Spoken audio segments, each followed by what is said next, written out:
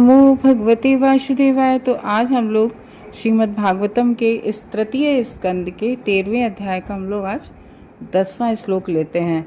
कल 9वें श्लोक में हम लोगों ने जाना था कि जब मनु हाथ जोड़कर अब आदेश मांग रहे थे कि पिताजी हमें आदेश करो, हम वही करेंगे, तो फिर बड़े खुश हो गए थे जब पुत्र इस तरीके से पिता की आज्ञा का पालन करता है या एक शिष्य अपने गुरु की आज्ञा का पालन करता है तो गुरु को या पिता को बहुत खुशी होती है। तो वो आशीर्वाद दे रहे हैं ब्रह्मा जी कि तुम्हारा और तुम्हारी पत्नी दोनों का कल्याण हो, क्योंकि तुम दोनों बिना कुछ सोचे समझे मेरे शरणागत हो गए। तो आगे अब जो है 10वें श्लोक में बता रहे हैं, ब्रह्मा जी कह रहे हैं अपने पुत्र से, एतावत्यात्मजर्वीर कार्या हि अपचिति गुरुः सक्त्या प्रमत्तैर्गृहीत सादरम गतमत्सरः। कह रहे हैं कि ठीक इसी तरह से जैसे जैसा तुम कर रहे हो ठीक वैसा ही, जैसे जिस तरीके से तुम पिता की आज्ञा का पालन कर रहे हो, पिता तो कह रहे कि ठीक इसी तरह का जो तुम कर रहे हो बिहेव हमारे साथ, जो तो ये जो है ये एक बहुत अच्छा एग्जाम्पल सेट होगा पिता पुत्र के रिश्ते के लिए। तो कह रहे हैं हे वीर, ब्रह्मा जी अपने पुत्र मनु से कह रहे हैं हे वीर, तुम्हारा उदाहरण पिता पुत्र संबंध के सर्वथा उपयुक्त है, सबसे उपयुक्त एग्जाम्पल है तुम्हारा। बड़ों की इसी तरह से पूजा अपेक्षित है, बड़ों को इसी तरीके से सम्मान देना चाहिए, बड़ों का मान रखना चाहिए। और जो ईर्ष्या की सीमा से परे है और विवेकी भी है, तो इस तरीके से वह अपने पिता का आदेश को प्रसन्नता पूर्वक स्वीकार, क्योंकि ब्रह्मा ने किस लिए उनको प्रकट किया था उत्पन्न मनु और शत्रुपा को, क्योंकि वो आगे जो है जनसंख्या को बढ़ाए, आगे ले जाएं। तो इसलिए अब वो आदेश का पालन। अब यहाँ पर देखो एक बात सोचने की है कि सनंदन सनत कुमार, वो जो चार कुमार ब्रह्मा जी ने 4 पुत्रों को किया था मन से उत्पन्न, तो यहाँ पर उन्होंने उनकी आज्ञा पालन करने से मना कर दिया, इनकार कर दिया था कि नहीं हम विवाह आदि नहीं करेंगे, हम आजीवन ब्रह्मचारी रहेंगे। और उन जो है सनक, सनंदन, सनातन और सनत कुमार ने तो, इन चारों कुमारों ने तो भगवान से भी वरदान प्राप्त कर लिया था कि हम पूरे जीवन केवल 5 वर्ष के बालक जैसे ही रहें, ताकि देखो क्योंकि 5 वर्ष तक के बाद बालक में कोई विकार नहीं होता है, तो इसलिए उन्होंने कहा कि उनके अंदर कोई विकार ना आए। तो लेकिन ब्रह्मा जी को गुस्सा आया, क्रोध आया जब उन्होंने उनकी आज्ञा को मना किया। लेकिन ये उन्होंने 4 कुमार ने कोई गलत उद्देश्य से आज्ञा का पालन करने से इनकार नहीं किया था, क्योंकि वो केवल और केवल भगवान के दास बने रहना चाहते थे, भगवान के भक्त बने रहना चाहते थे, इसलिए ब्रह्मचारी रहना चाहते थे वो। तो जब ब्रह्मा जी से उन्होंने, क्योंकि और वो एक पिता के रूप में एज ए फादर, उन्होंने ब्रह्मा जी ने उनको जिस कार्य के लिए वो चाहते थे, अपेक्षा थी अपने पुत्रों से, उस अपेक्षा पे खरे नहीं हुए, उतरे, तो ब्रह्मा जी को थोड़ा क्रोध आया। तो जब क्रोध आया था तब फिर रुद्र प्रकट हो गए थे।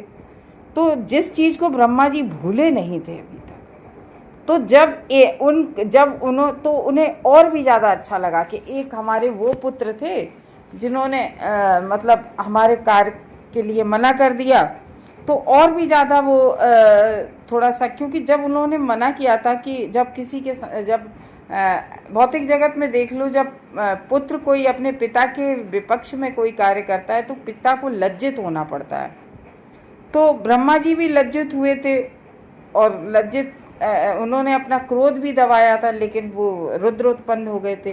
तो इस तरीके से ब्रह्मा को अभी भी वो घटना याद थी।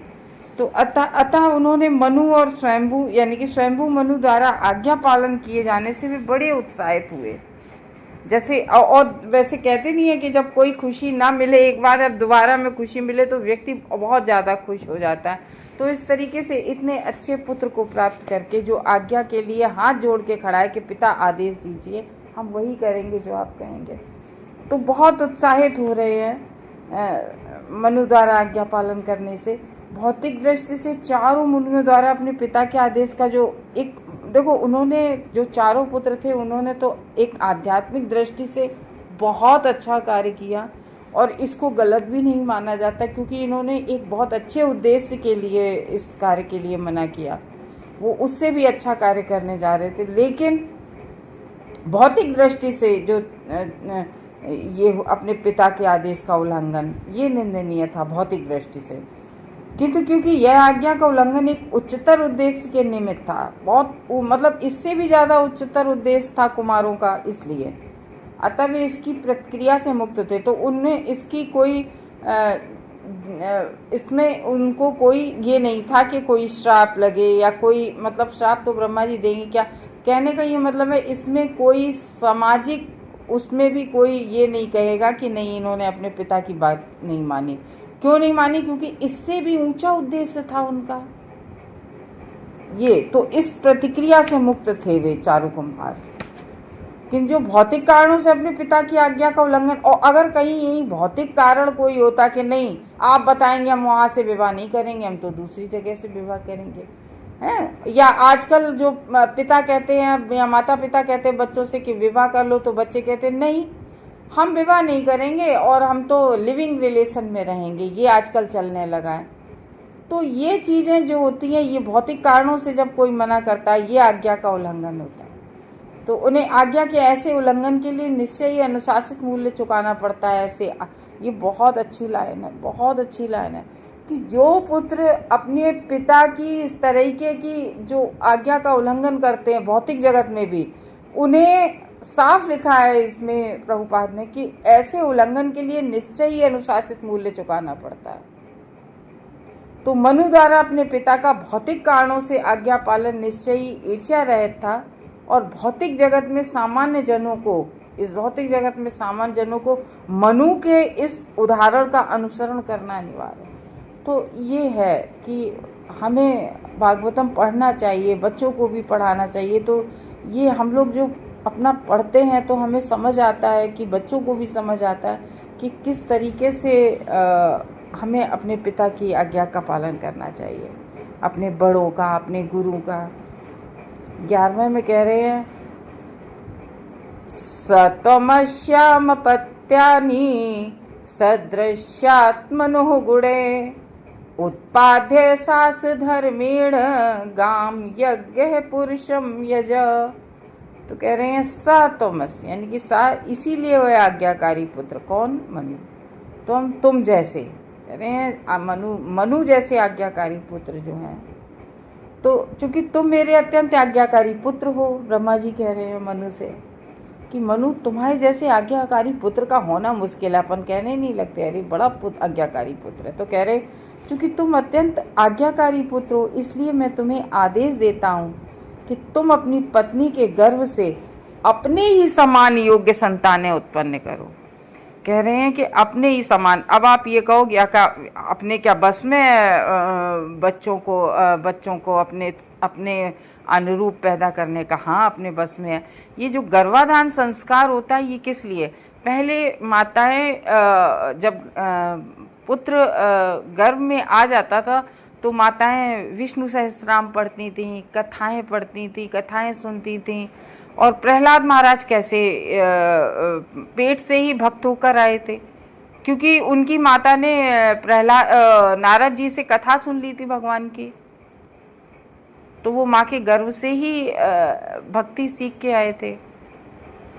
तो इस तरीके की आज माएँ क्या करती हैं, टीवी शो देखती हैं, मूवी देखती हैं, तो ये फिर संतानें फिर किस तरह की उत्पन्न होंगी?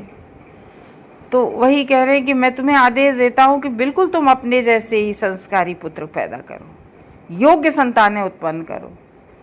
तुम पूर्ण पुरुषोत्तम भगवान की भक्ति के सिद्धांतों का पालन करते हुए, भगवान की भक्ति का सिद्धांत का पालन, देखो जब माता और पिता दोनों भक्ति करते हुए मतलब गर्भाधान संस्कार करते हैं तो बच्चा ऑब्वियसली बिल्कुल भगवान का भक्त ही और आज्ञाकारी पुत्र ही पैदा होता है। तो कह रहे कि सिद्धांत, भक्ति के सिद्धांत का पालन करो पूर्ण पुरुषोत्तम भगवान के, और सारे जगत पे शासन करो। ये बहुत अच्छी बात है। सब लोग कहते हैं कि सब छोड़ छाड़ के हम भक्ति थोड़ी नहीं करेंगे। अरे भैया थोड़ा सा पीछे मुड़ के देख लो। जो पांडव थे, भगवान ने अर्जुन को गीता का ज्ञान दिया था। आज हमने बहुत लोगों को गीता की कहते हैं कि गीता, लेकिन कोई गीता पढ़ने के लिए तैयार नहीं होता है। इवन हमने 11 गीता माता लेके भी लोगों को दी हैं, लेकिन जिन्हें दी हैं वो पढ़ नहीं रहे, उन्होंने ऐसे ही रख ली हैं। तो लेकिन फिर भी चलो, कभी ना कभी कोई, ये आशा है कभी ना कभी कोई ना कोई, जब घर में शास्त्र रखा है तो कभी कोई ना कोई तो पलटेगा उसको। तो यहाँ पर ये है कि वो कह रहे कि तुम शासन करो पूरी पृथ्वी पर। तो वो पांडवों ने, अर्जुन को जब गीता का ज्ञान दिया गया था तो अर्जुन ने क्या राज्य छोड़ दिया था कि शासन करना छोड़ दिया था कि जो राजा का, जैसे युधिष्ठिर थे तो क्या राज सिंहासन पर बैठना बंद कर दिया था कि सोने का मुकुट उतार के रख दिया था कि नहीं हम नहीं पहनेंगे सोने, सारे आभूषण भी पहनते थे सोने के, युधिष्ठिर और अर्जुन, नकुल, सहदेव, पांचों पांडव। या परीक्षित महाराज भगवान के बहुत बड़े भक्त थे, पूरी पृथ्वी पर उनका शासन था, चक्रवर्ती सम्राट थे। तो भक्त होने का मतलब ये नहीं है कि तुम सब कुछ त्याग दो। तो यहाँ ब्रह्मा जी भी अपने स्वयंभू मनु को क्या आदेश दे रहे हैं कि पूरी पृथ्वी पर शासन करो। कह रहे सारे जगत पर शासन करो और इस तरह से यज्ञ संपन्न करके श्री भगवान की पूजा करो। मतलब शासन भी करो और भगवान की यज्ञ करके भगवान विष्णु का पूजा भी करो। तो यहाँ पर ब्रह्मा द्वारा भौतिक सृष्टि के उद्देश्य को स्पष्ट वर्णन हुआ है। तो इस तरीके से हम सभी, प्रत्येक मनुष्य को चाहिए कि अपनी पत्नी के गर्भ से उत्तम संतानें उत्पन्न करें। यह कार्य भक्तिपूर्वक श्री भगवान की पूजा करने हेतु यज्ञ के समान है।